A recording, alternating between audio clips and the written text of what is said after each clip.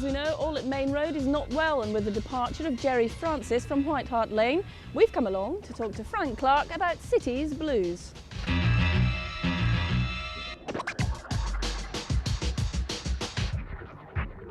Frank, you were previously manager at Nottingham Forest after Brian Clough. How difficult was that transition?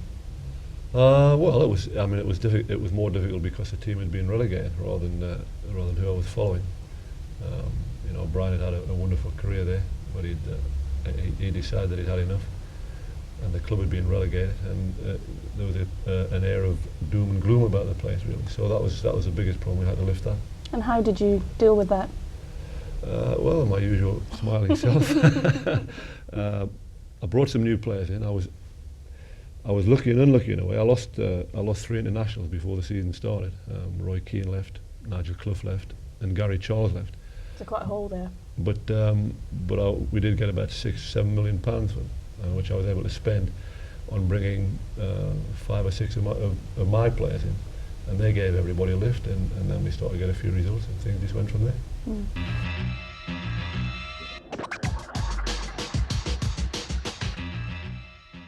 I think we're all really frustrated players, all managers and coaches. You know, playing is the best thing about football. I mean, it's even better now, but it's always been the best thing.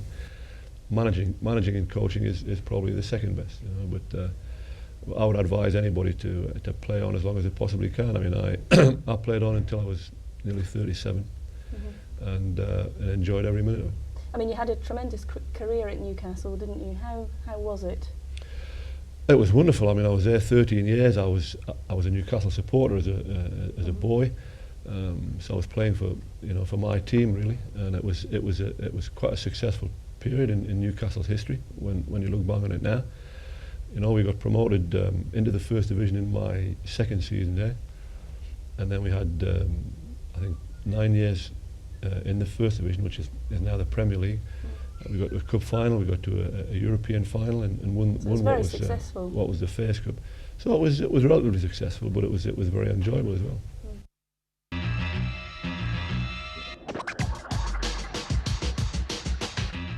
What do you think of the current situation at Newcastle now? Well, I think Kenny has done a marvellous job to take it on. You know, he went at a very difficult time when he was following Kevin, who would. I mean, that was a major blow, wasn't it? Was almost a living legend there.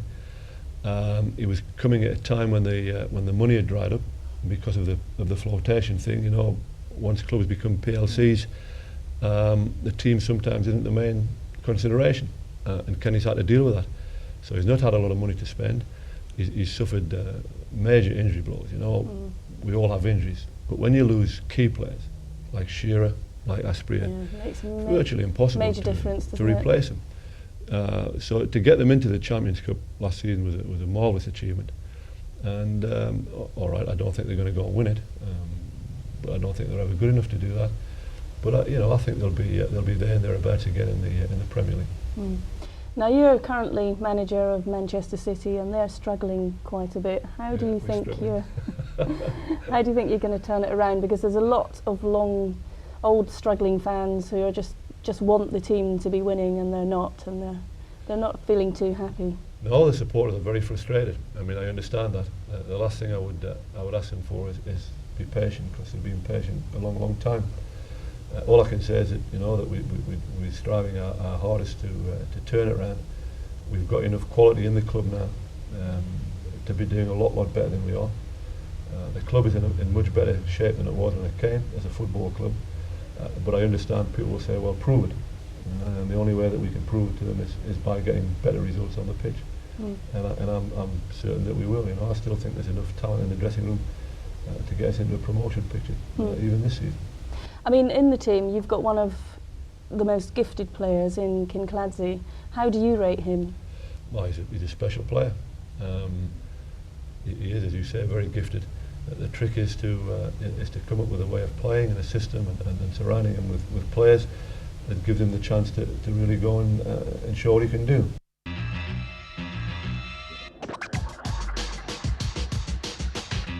Do you think with the current situation, with the club struggling, you'll be able to hold on to him?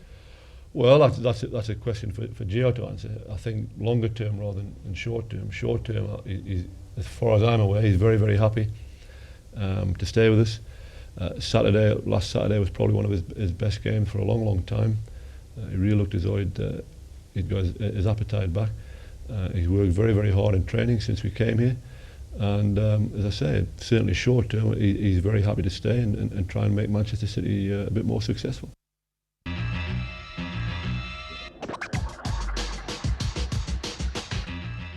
How difficult is it being a manager of a football team? It depends which football team and where you are in the league. When you're at the bottom, it becomes very, very difficult. But no, I mean it's a difficult job, but it's not the impossible task or the poison chalice that people tend to think it is. It's something that we all do because we want to do it. Nobody forces us to do it. As I say, for most of us, it's the next best thing from playing. And when you get too old to play, managing is what you want to do, or coaching.